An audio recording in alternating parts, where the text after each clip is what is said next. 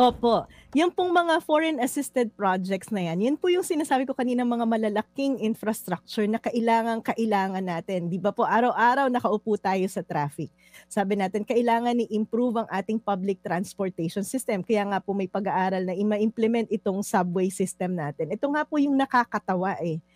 Kasi ano ba naman 'yan, ito yung mga, flagship infrastructure project natin na nakalagay sa ating Philippine Development Plan na sinasabi natin kailangan para mapalago natin ang ekonomiya natin. At nung nag-budget ang Kongreso natin, nilagay nila ito sa unprogrammed appropriation. Yung pong unprogrammed appropriation, yan yung mga bahagi ng budget natin na talagang walang budget, wala pang pondo, hihintayin pa kung magkakapera yung gobyerno o hindi bago ma-implement. Pero ito po yung isang kwento pa diyan. So ibig sabihin hindi na prioritize itong mga malalaking infrastructure project natin. Maghihintay pa tayo kung magkakapondo para ma-implement 'yan.